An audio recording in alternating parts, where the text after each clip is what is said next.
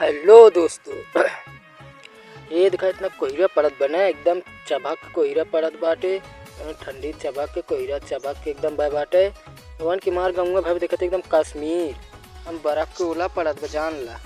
हम देखा दोस्तों ये देखा एकदम दिखाते उखाते ना रोडो वोडो पे एकदम जान ला नियार भाई बा एकदम बर्फ पड़त बाटे जान ला एकदम ठंडी नहीं सम्मत एकदम देखा सीट उट इतना पड़त बना एकदम देखते है पूरा एकदम भीड़ उठ के बालू उठ के एकदम देखा कतिये उतिये इतना एकदम सीते चुगत बजान ला कतिये उतिये पे एकदम ये देखा इधर ही दिखावत है लोगन की एकदम हवा वो चलत देखते है देखा एकदम तब तक हमारे पेट को फॉलो करा यार हाँ ना करता करा।